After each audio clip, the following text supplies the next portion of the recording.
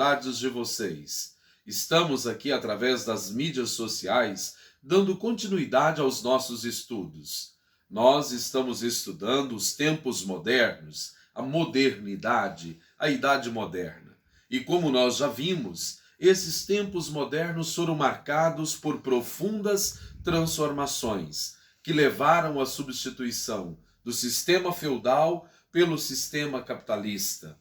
E é importante nós percebermos que estas mudanças, elas ocorreram de maneira gradativa, não foi no estalo nem sequer do dia para a noite. E estas mudanças afetaram a vida social de uma maneira radical e profunda. Tanto que nós vimos que o primeiro passo foi uma mudança na maneira de pensar, de encarar a realidade, de ver a vida com outros olhares. E sobre essa perspectiva foi de fundamental importância o movimento intelectual, artístico, cultural que se iniciou na Itália durante o século XV e XVI, denominado Renascimento Cultural. Movimento este que valorizava uma ideia antropocêntrica do mundo, onde o homem, dotado de razão e aplicando esta racionalidade no campo científico, procurava fornecer explicações racionais da vida real.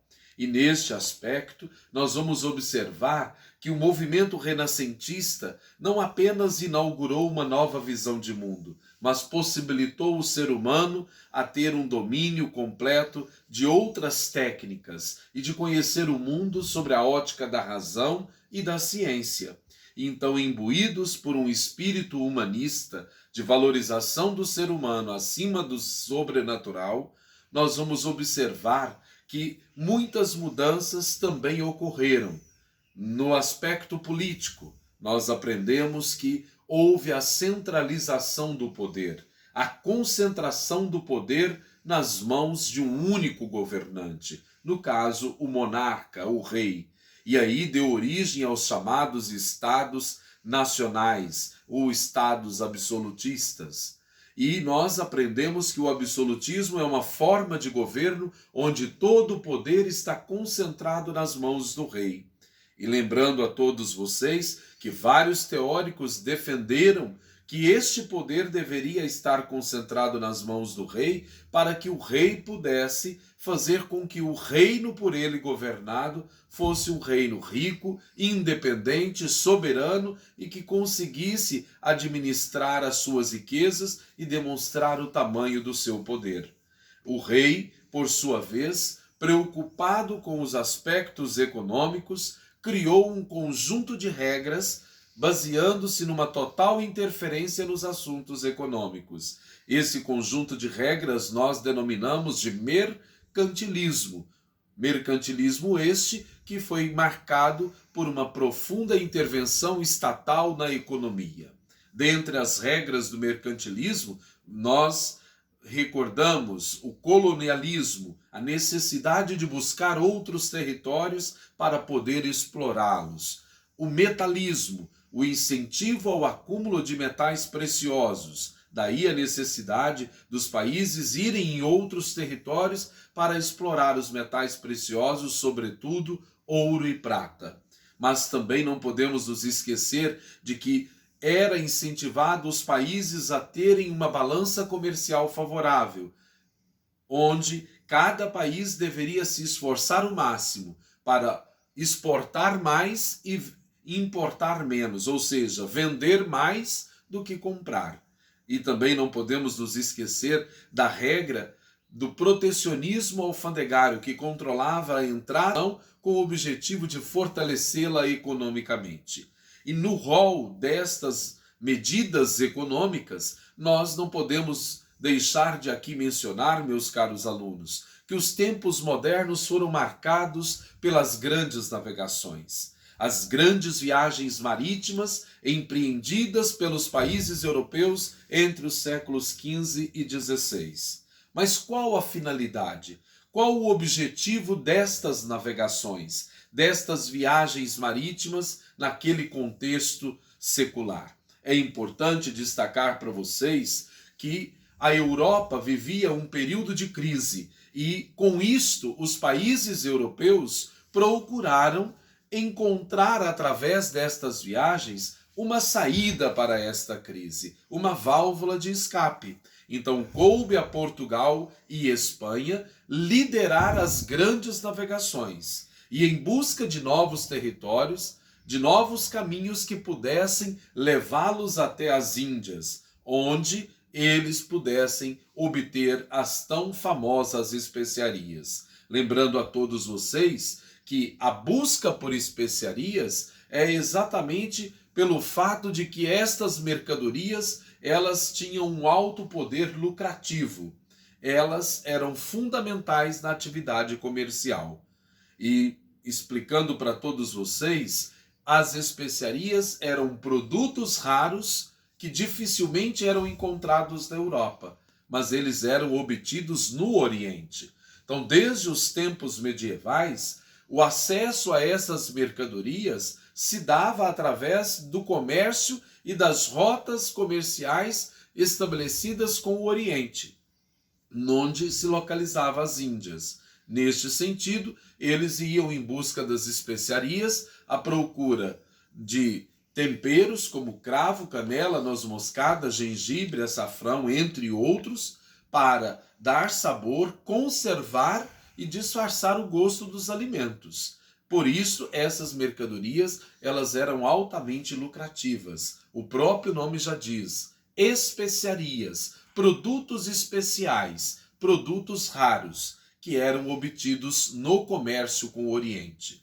Mas por que buscar outros caminhos, novas rotas? Porque o caminho que até então era realizado esse comércio estava agora impedido, a partir do momento de que Constantinopla, a capital do Império Romano do Oriente, ou do Império Bizantino, estava tomada, invadida pelos turcos otomanos, os quais impediram a passagem e o comércio pelo mar Mediterrâneo como era de costume. Então, diante disto, coube a Portugal, enquanto nação pioneira, buscar um caminho alternativo até as Índias. E a rota escolhida pelos portugueses foi exatamente a rota oriental, contornando o périplo africano e atingindo as Índias pelo sul. Já a Espanha, que também participou e entrou um pouco mais tarde nas navegações, coube a ela, através de estudos e, sobretudo, da contribuição do genovês Cristóvão Colombo, encontrar um outro caminho, uma nova rota, porque os portugueses jamais permitiriam que eles usassem a rota por eles encontrada. E então, enquanto Vasco da Gama, navegador português, contornou o périplo africano, ou seja, o litoral africano, e chegou às Índias em 1498, nós vamos ver que coube a Colombo encontrar uma rota alternativa. E a rota de Colombo é conhecida como Rota Ocidental. Como Colombo já era um cara instruído, sábio, frequentador de universidade, ele já tinha naquele contexto a noção da esfericidade, da circunferência da Terra. E isto era algo que lhe possibilitou desenvolver a rota ocidental, que consistia em navegar sempre a oeste e atingir as Índias pelo leste. Uma rota inovadora que demorou ser confiada e acreditada pelo próprio rei da Espanha. Mas depois de muito debate e insistência, Colombo conseguiu o aval e o patrocínio desta viagem. E 2 meses após sair da Espanha, Colombo chegou à América. Mas naquele contexto, ele não sabia que se tratava de um novo continente. Achava que era as Índias. Tanto que ele apelidou os habitantes dessas terras como índios. Somente anos mais tarde, que coube a um outro navegador chamado Américo Vespúcio comprovar o equívoco de Colombo e desmistificar e provar que não era o continente asiático, que não era as Índias, e sim novas terras, o novo mundo, que seria conquistado, que seria colonizado pelos países europeus a partir daquele momento. E neste sentido, nós vamos observar então que a América é uma consequência das grandes viagens marítimas. A conquista e a colonização da América se dará dentro desse contexto mercantilista, de busca por territórios, por busca de especiarias e, sobretudo, metais preciosos. E é importante também dizer para vocês ficarem ligados que a partir do momento que houve a chegada dos espanhóis na América, passou a haver entre portugueses e espanhóis uma enorme disputa, uma competição para tomar posse desse território, para poder explorar as suas riquezas. E diante disso, nós vamos ver que Portugal e Espanha, depois de muita rixa, de muita disputa, assinou o Tratado de Tordesilhas. O que foi o Tratado de Tordesilhas? Um tratado feito entre Portugal e Espanha. Mas para que esse tratado? Para dividir a posse das terras americanas entre portugueses e espanhóis.